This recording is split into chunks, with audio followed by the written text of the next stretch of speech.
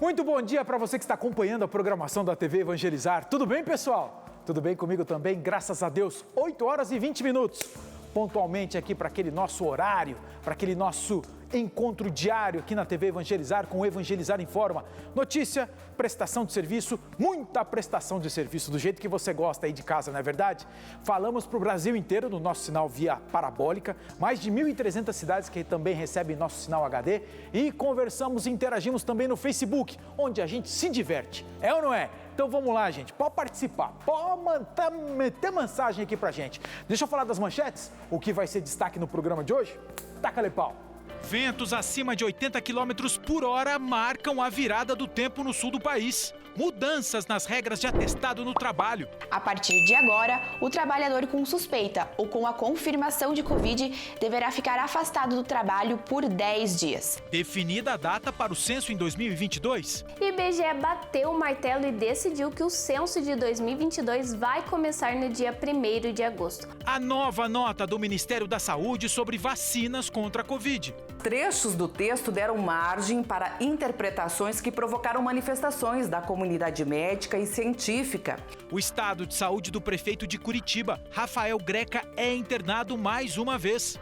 E ainda, a história que não podemos esquecer jamais. O 27 de janeiro foi escolhido como Dia Internacional em memória das vítimas do Holocausto. Uma forma de homenagear quem vivenciou um dos períodos mais terríveis da história. O Evangelizar Informa desta quinta-feira, 27 de janeiro, já está no ar.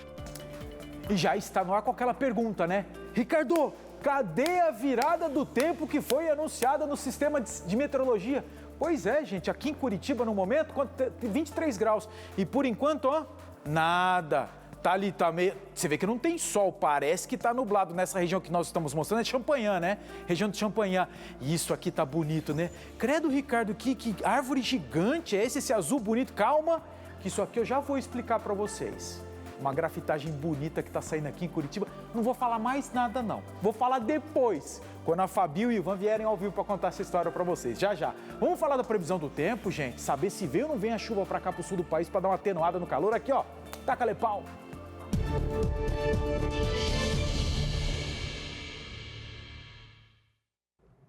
A frente fria vai seguir avançando no decorrer desta quinta-feira na altura do sul do Brasil e vai reforçar as instabilidades, principalmente sobre a região sul. Na retaguarda desse sistema, uma massa de ar frio de origem polar vai diminuir as temperaturas, principalmente no estado do Rio Grande do Sul. O dia vai ser marcado por bastante nebulosidade e tem condições para chuva frequente na capital Porto Alegre, em Santa Catarina e no Paraná. Na região sudeste, as instabilidades perdem força sobre o Espírito Santo e o tempo volta a ficar firme na capital Vitória. Tempo firme também no norte fluminense e também sobre áreas do sudoeste mineiro. Nas demais regiões, sol, bastante calor e condições para pancadas isoladas. Apenas em áreas do sul de São Paulo e também sobre o oeste paulista é que tem condições para temporais, mas de forma bem isolada no decorrer desta quinta-feira. A chuva vai acontecer intercalando períodos de melhoria, tem risco para temporais sobre a região de Brasília. Em Campo Grande e Cuiabá, tempo encoberto e com risco para temporais.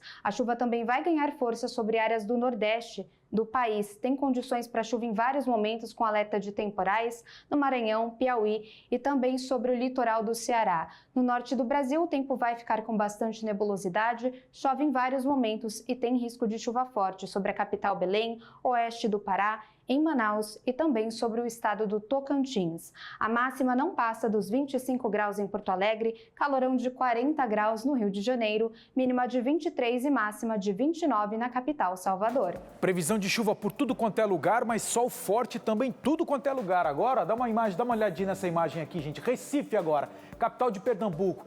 Tem bastante nuvem por lá, mas a temperatura está altíssima para esse horário, gente. 27 graus. E vocês viram na previsão do tempo que nós mostramos, né? O risco de temporal em muitas regiões do Brasil. Aqui no Paranazão, velho de guerra, vocês precisam de ver o que aconteceu no nosso oeste do estado.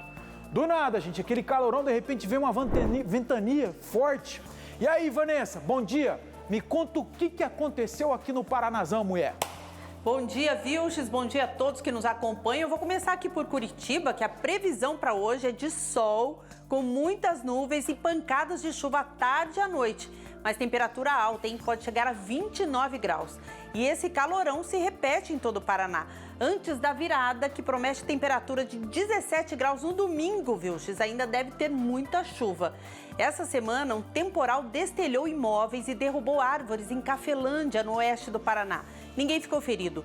Conforme o município, a região mais atingida foi a Central e o temporal durou poucos minutos. As imagens são impressionantes. Um carro estacionado foi atingido por uma árvore. Os fortes ventos quebraram postes, romperam cabos e derrubaram árvores sobre a rede, interrompendo o fornecimento de energia. Cerca de 300 imóveis ficaram sem luz. Em Cascavel, que fica próximo de Cafelândia, cerca de 60 quilômetros, os ventos chegaram a 80 quilômetros. Os ventos fortes atingiram principalmente cidades da região oeste e sudoeste do Paraná. Em Palotina, os ventos chegaram a 81 quilômetros e em Francisco Beltrão a 75 quilômetros. Segundo o CIMEPAR, ventos acima de 70 quilômetros já podem causar queda de árvores e destelhamentos. É o verão, não é, Vilches? Calorão, temporal, ventos fortes. Voltamos com você no estúdio. Só que você me falou uma coisa que foi música aqui pra mim, viu? Temperatura quanto no domingo? Eu imaginei que você ia gostar mesmo. 17 graus. Precisa tanto, Vilches? Sobe, desce? Que delícia. Não, é para testar a nossa resistência. Meu Deus. Boa, Vanessa. Valeu, obrigado pela participação. E o oeste do estado do Paraná tem uma característica, gente, de relevo, o que ajuda a gente a entender por que tudo quanto é tipo de temporal acontece lá para aquelas bandas. É uma região do Paraná muito plana e com aquela característica de muita lavoura, principalmente de soja, de milho. Então, assim, é uma região plana. E aí, quando vem esse tipo de coisa, vem arrastando tudo quanto é jeito. E é uma região alta também. Já a gente volta a falar do tempo, mais coisas, mais informações a respeito desses assuntos. Agora, nós vamos falar do seguinte, gente. Essa é a história de atestado médico por causa da Covid, que está afastando um monte de gente do trabalho, né? O Ministério da Previdência fez aquela contagem e verificou o aumento de afastamento de trabalhadores por causa da Covid. E aí você sabe como é que funciona, né? Até esses tempos atrás, esse afastamento por causa do risco de levar esse prejuízo sanitário para os demais colegas de trabalho era de 15 dias. Em função da quantidade de gente sendo afastada, o Ministério da Previdência, junto com o Ministério do Trabalho, decidiram alterar esse prazo aí. A Elu está com a gente e vai explicar essa história tintim por tintim. Acompanhe aí, bom dia, Elu. Oi, Vilches, bom dia a todos que nos acompanham. Exatamente. O Ministério da Saúde alterou as regras que prevêem o afastamento do trabalho de funcionários contaminados por Covid. A partir de agora, o trabalhador com suspeita ou com a confirmação de Covid deverá ficar afastado do trabalho por 10 dias. Antes, esse período era maior e somava 15 dias. A Portaria da Saúde também prevê uma nova regra para aquele trabalhador com a suspeita da doença e que pede o afastamento da função por causa dos sintomas, como febre e tosse, por exemplo. Mesmo no caso do teste dar negativo para a contaminação, o trabalhador deve ficar afastado 7 dias do trabalho. Nessa semana, o Ministério do Trabalho apresentou números do crescimento de trabalhadores afastados por Covid. De 2020 para 2021, o crescimento foi de 166%. Em números absolutos, quase 100 mil trabalhadores receberam benefícios por incapacidade no trabalho provocado pela pandemia. Segundo o próprio Ministério do Trabalho, esse tipo de afastamento é aquele caracterizado pelo período de no mínimo 15 dias em casa. Com a alteração promovida pelo Ministério da Saúde, agora a expectativa é que caia a estatística do Ministério do Trabalho. Vilches, voltamos com você. Valeu, Elu, obrigado pelas informações. Estava conversando com os colegas aqui, gente. 15 dias já dá INSS. E vários postos do INSS pelo Brasil estão fechados por causa da pandemia. Aí já viu, né? Esses 15 dias iriam se transformar em quanto? Nossa, muita mão de obra. Acertada essa medida aí. Vamos fazer o seguinte agora?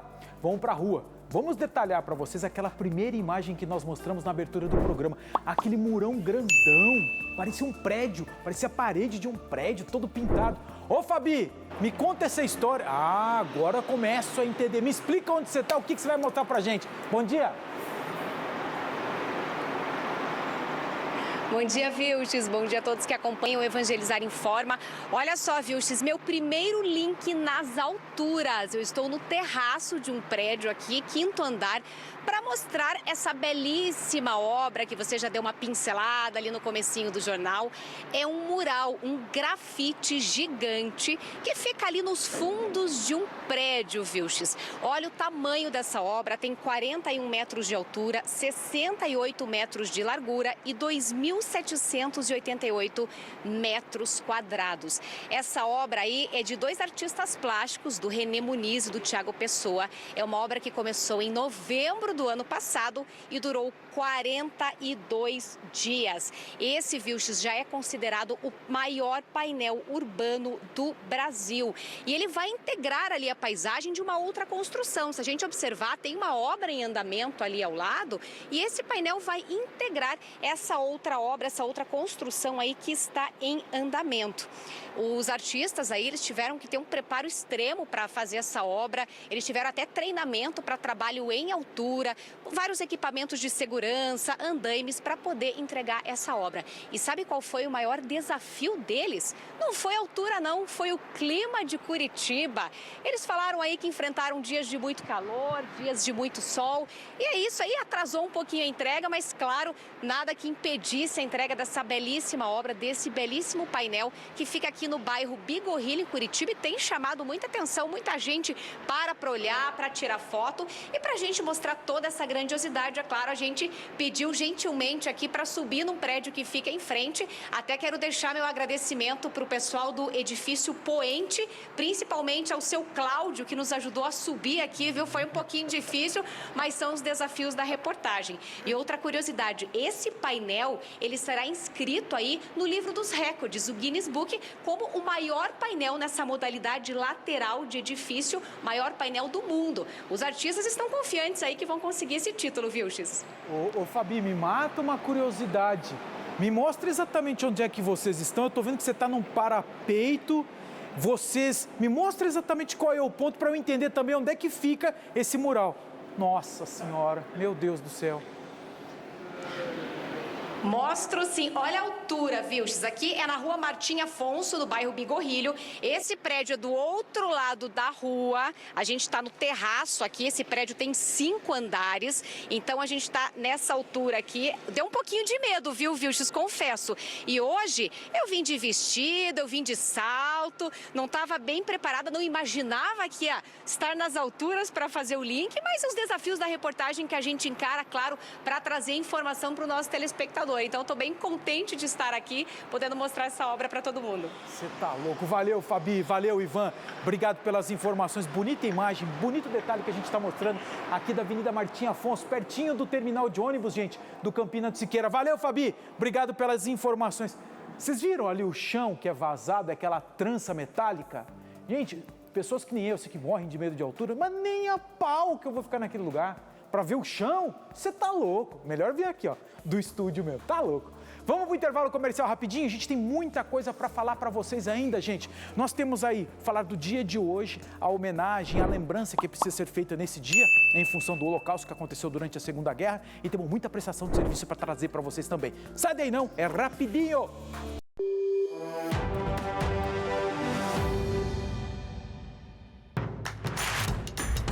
Não perca mais nenhum vídeo da TV Evangelizar. Inscreva-se agora.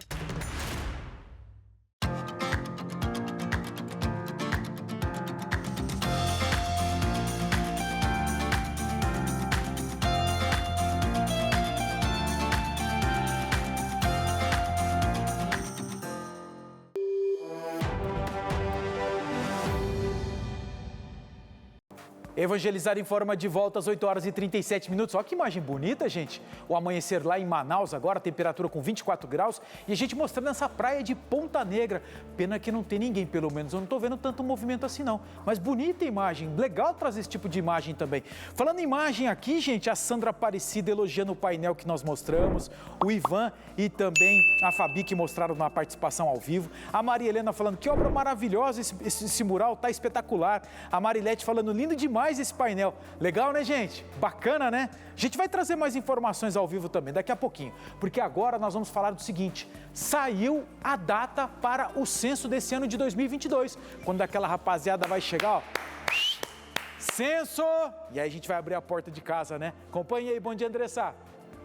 Bom dia, Vilches! Bom dia para você que nos acompanha. IBGE bateu o martelo e decidiu que o censo de 2022 vai começar no dia 1º de agosto. A definição veio depois de imprevistos que fizeram o Instituto rever as datas anunciadas antes.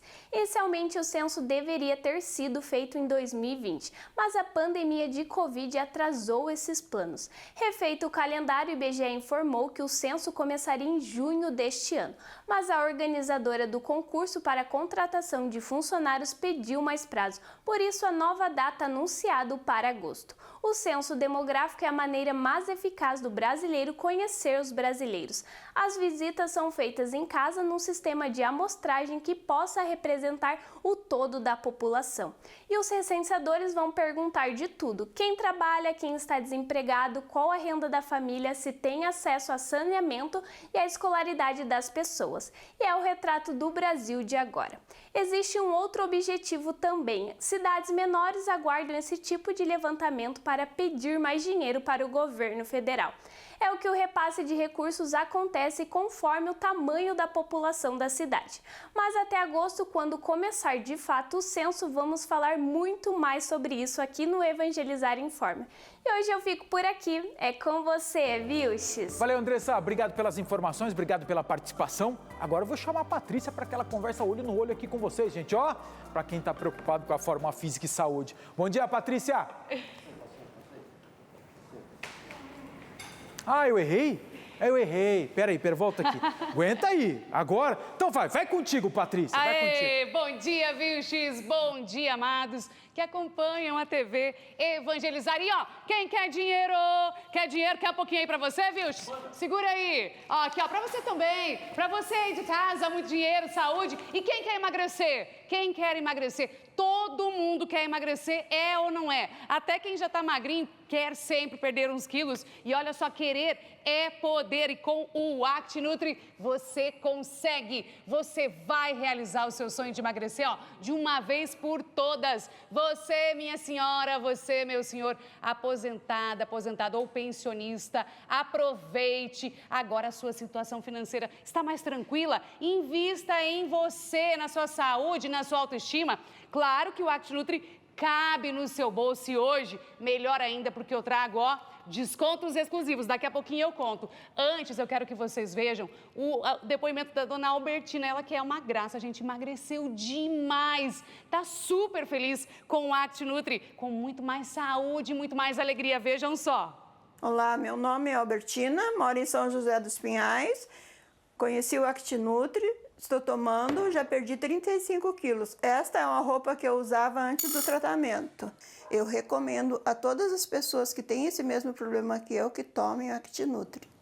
Gente, quanta diferença, mais de 30 quilos ela conseguiu, né, se livrar. O ActiNutri eliminou, vai fazer isso por você também. Ligue agora, 0800 000 3474. Aqui, ó, gente, descontos exclusivos da Flora Vita com todo carinho para vocês. Gente, hoje, 60%, isso mesmo, nem 30, nem 40, nem 50, 60% de desconto na compra do seu kit ActiNutri. E detalhe, hein, para as 20 primeiras pessoas, as 10 primeiras que tiverem sorte vão ganhar também a medalhinha milagrosa de Nossa Senhora. Então, ligando agora, 0800 000 3474. Obrigada, Vilches. Valeu, Patrícia. Gostei de ver isso aqui que vai trazer de economia. Doutor, nossa quinta-feira e acho que a nossa sexta já está garantida lá no Boteco do Alfeu, hein? Comer aquele bolinho de carne. Oh, coisa boa. O ActiNutri, claro. Valeu, Patrícia. Obrigado pela participação. Seguinte agora, gente, 27 de janeiro é um dia que marca a celebração da lembrança do Holocausto. Credo, Ricardo, que data mórbida? Não, não é. É importante para que nós todos não esquecemos o que o ser humano já foi capaz de fazer com outro ser humano. Por isso que toda vez nessa data a gente vai fazer questão de lembrar, para que ninguém se esqueça. Acompanhe. As lembranças ainda estão muito vivas. O Holocausto, o maior genocídio da história da humanidade, matou 11 milhões de pessoas, sendo 6 milhões só de judeus. A Ilana cresceu ouvindo essa história. Ela é neta de 2 sobreviventes, Marianne Grimbal e Sônia Ingberman. Os dois deixaram muitas lições para ela. Eu enxergo meu avô como um herói, porque num tempo onde era tão difícil e os judeus eram tão perseguidos e Tava todo mundo em cima deles. Ele ainda assim conseguiu tirar coragem para se esconder nas florestas e para botar a vida dele em risco para salvar a vida de outros judeus. Isaac é filho de uma sobrevivente. A mãe, Bert Marie Weishoff, não conseguia falar sobre essa fase. Isaac só descobriu a história muito tempo depois. Só fomos descobrir mais tarde, quando a gente foi a Paris visitar os primos que sobreviveram. E daí eles contaram a história da minha mãe. Então era uma coisa que ela levou para si para o resto da vida. Ela não transmitiu mal para ninguém. Ela só queria o bem para os outros. Lembranças que não podem ser esquecidas. Por isso, 27 de janeiro foi escolhido como Dia Internacional em Memória das Vítimas do Holocausto. Uma forma de homenagear quem vivenciou um dos períodos mais terríveis da história. O medo de dia a dia, o medo de cada hora sermos pegos e fuzilados, era pior do que tudo. E é necessário que possamos contar essas histórias para as próximas gerações. Uma dessas histórias é a da minha avó Sara, que sobreviveu ao Holocausto, perdeu toda a sua família e reconstruiu sua vida aqui no Brasil. Eu tenho muito orgulho de poder contar essa história e outras dezenas que a equipe do museu conta para mais de 700 alunos que visitam o nosso espaço semanalmente. A história da Sara e outras, muitas, elas vão sobreviver aqui. O Holocausto deixa uma máxima, uma lição pra gente muito importante até os dias de hoje, que é o respeito e a tolerância com o próximo. Porque o Holocausto ele não afetou só judeus como eu, mas ele também afetou negros, homossexuais, ciganos, povos eslavos, testemunhos de Jeová. O preconceito está aí à tona com discriminação contra gays, lésbicas, ciganos, pretos, pardos. É uma coisa que daqui a pouco o judeu está sendo perseguido aqui também no Brasil. Temos que lutar contra isso constantemente. É necessário que a gente conte, eduque as próximas gerações para que um holocausto não aconteça de novo.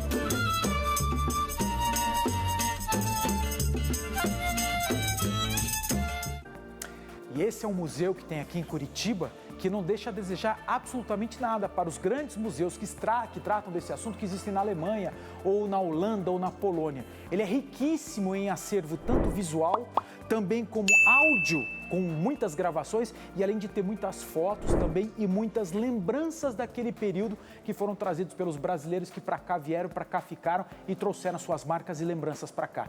Vem para Curitiba, esse não é o tipo de passeio que eu sei que as pessoas não gostam de fazer. Mas, gente, anote ali, porque não está normalmente no roteiro, mas é um baita de um passeio para nos acrescentar, para fazer com que a gente fique cada vez maior e tenha uma compreensão melhor do que já foi lá atrás e para que isso não se repita agora mais uma vez. Fazer o seguinte agora, ainda falando de Curitiba, vamos falar do estado de saúde do prefeito Rafael Greca, gente. Internou mais uma vez. Vanessa, é grave? Primeiro, não é grave, que bom, né? Eu volto com informação sobre o estado de saúde do prefeito de Curitiba, Rafael Greca. Ele foi internado ontem após sentir uma indisposição que teria sido provocada por uma hérnia intestinal. Segundo o boletim médico, o quadro é estável, mas ele permanece internado em observação. O próprio prefeito postou em suas redes sociais esse boletim médico e confirmou que está bem. Agradeceu as mensagens de carinho, orações e votos de melhora. Que ele se recupere logo, não é?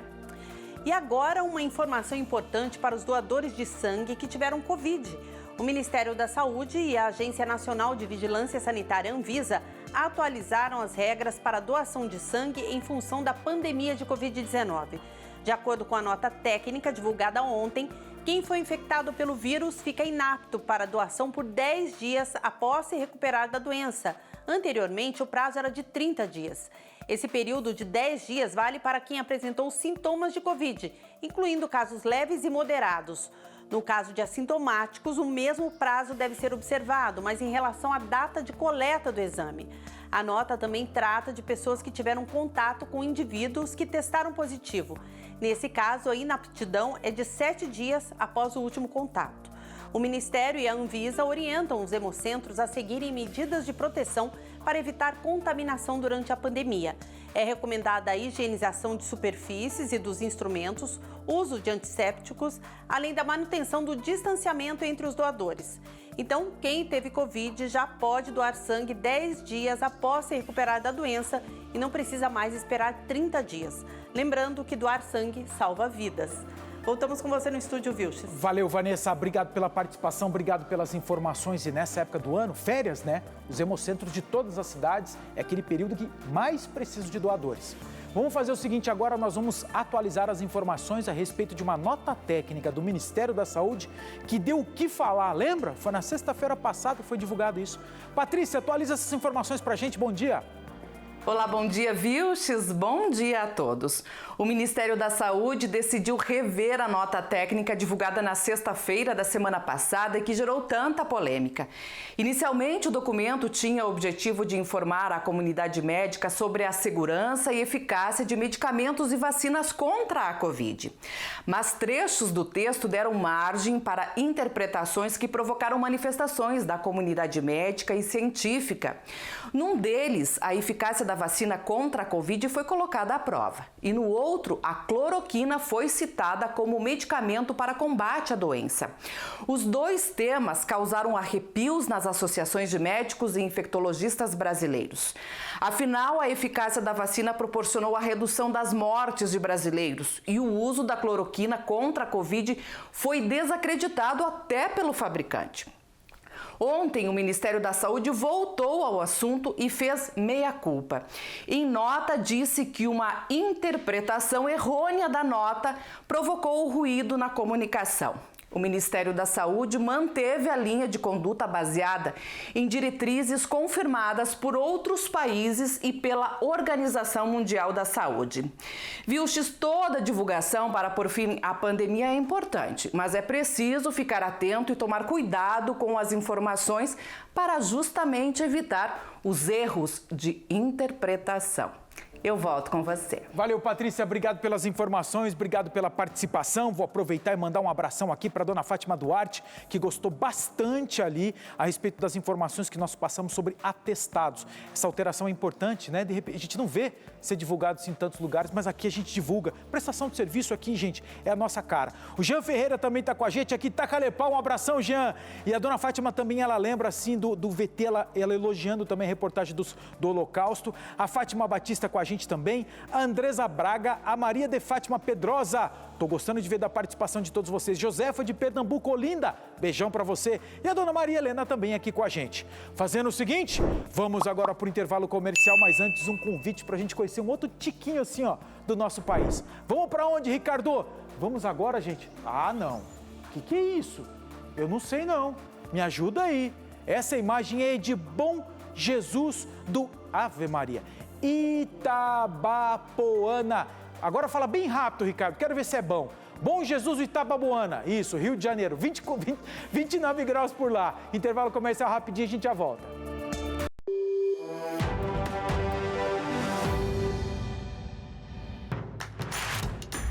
Não perca mais nenhum vídeo da TV Evangelizar. Inscreva-se agora.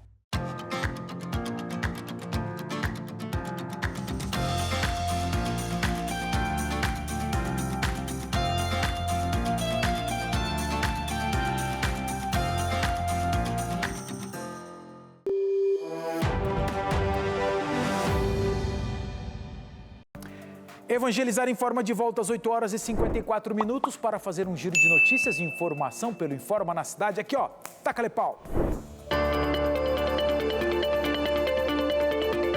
Uma mãe de Taubaté flagrou o momento em que o filho de 11 anos deveria ter sido vacinado contra a Covid. Deveria porque na injeção não havia vacina. Ela reclamou e uma outra enfermeira fez o serviço. A prefeitura de Taubaté não explicou o que aconteceu com a funcionária, nem o motivo para ela tentar enganar a mãe e também a criança. Todo esse arsenal de fuzis foi apreendido pela polícia do Rio de Janeiro com um homem que repassava o material para traficantes de drogas. Ele tem autorização para colecionar armas e também para comprar munição, mas o esquema dele só foi descoberto com escutas telefônicas. A embarcação Lusitânia está ameaçada de afundar depois que sofreu alagamento no Rio São Francisco, em Alagoas. Essa embarcação é tombada pelo patrimônio naval brasileiro, por marcar uma época em que navios eram cobertos e feitos artesanalmente. Subiu para 6 os estados com 80% das UTIs de hospitais ocupadas por pacientes de Covid. Na lista, Espírito Santo, Goiás, Mato Grosso do Sul, Pernambuco, Piauí, Rio Grande do Norte. Segundo o Ministério da Saúde, o Distrito Federal também está com 80% dos leitos hospitalares ocupados com pacientes de Covid. Hoje é quinta-feira, né? Hoje é dia de conversar com o João Tozin, que dá tudo quanto é tipo de dica e informação para você, microempreendedor, pequeno empresário. Vem, João, bom dia!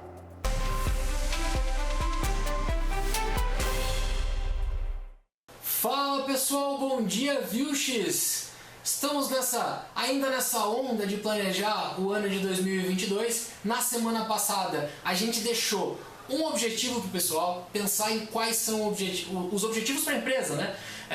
Para alcançar ao longo de 2022. E essa semana a gente vai fazer uma rápida reflexão a respeito de 2021. Você parou para pensar quais foram os erros que você cometeu como empreendedor no ano de 2021? O que faltou para você atingir o que você queria no momento que você abriu sua empresa no ano passado, ou quando você fez exatamente esse movimento, né, de pensar na meta do ano, o que faltou para atingir, o que não aconteceu.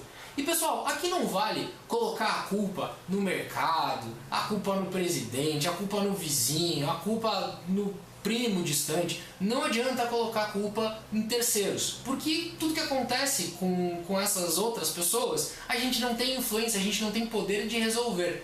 A gente precisa fazer uma avaliação interna, parar para olhar para dentro de nós mesmos e entender aonde eu preciso ser melhor para que a minha empresa seja melhor. Fazer uma reflexão muito profunda, e não é algo que você vai mostrar para todo mundo, não é algo que você vai publicar aí na tua rede social, não é nada disso. É um aprendizado seu.